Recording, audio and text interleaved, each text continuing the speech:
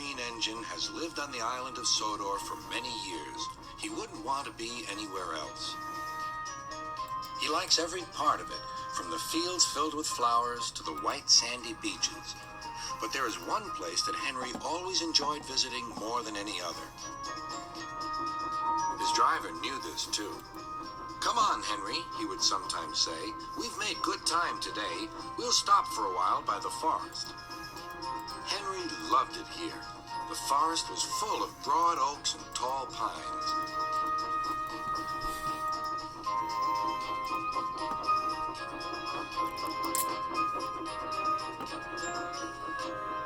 Henry could remember the day long ago when he and Toby brought some new trees to be planted, and Terence and Trevor helped haul them into place.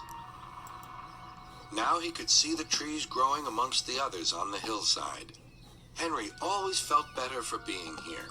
He couldn't really explain why, but his driver understood. "It's peaceful," he said to Henry.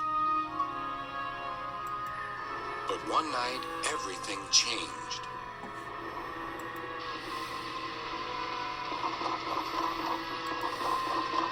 The engines were resting in the shed.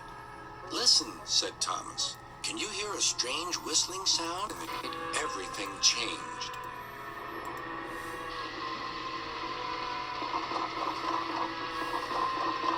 The engines were resting in the shed.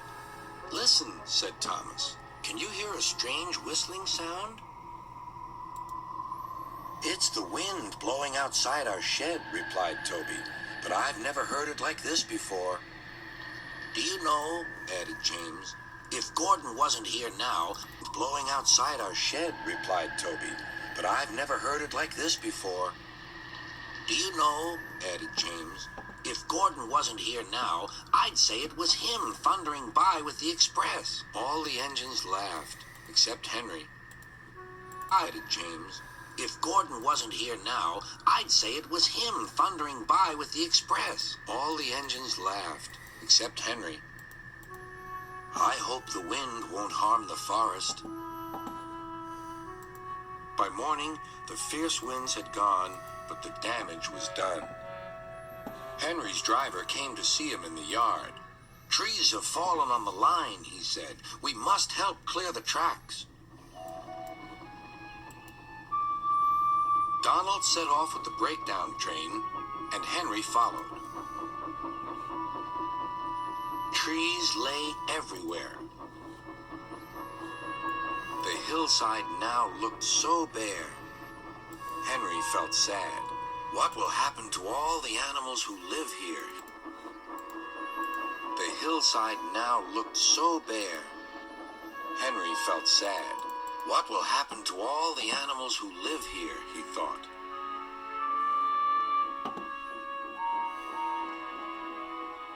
When Henry's flat cars were full of logs, he took them to the timber mill where they would be turned into furniture and other things. Henry was glad the wood was being put to good use, but he was still sorry to lose part of his forest. Henry was glad the wood was being put to good use, but he was still sorry to lose part of his forest. "Oh dear," sighed Toby to Thomas. "I wish there was something we could do to make things better again." "Yes, indeed," replied Thomas. "But what? We can't mend broken trees." "Hello, Toby," said Sir Topham Hatt. "You do look glum." "I'm sad about the trees," said Toby. "And so is Henry. The forest is a special place to him. Now some of it is gone." "We'll soon put that right," replied Sir Topham Hatt. "I have an important job for you, Toby. I would like you to take some freight cars to the forest." When the freight cars arrived, Toby was delighted. They were full of splendid young trees all ready for planting. "This is the best job I've ever had," said Toby happily. When Henry returned, he was most surprised. There were Terence and Trevor busily helping the work. When Henry returned, he was most surprised. There were Terence and Trevor busily helping the workmen clear the torn stumps and branches. "Look, Henry," called Terence, "we're beginning again. The hillside will look better than ever before. You'll see." Now, whenever Henry stops by the forest, he can see the new trees growing strong and tall. Sometimes everywhere is very quiet, and at other times Henry can hear leaves rustling or a bird's wing brushing the air. Often he can hear the distant sound of children laughing, and always he is happy here.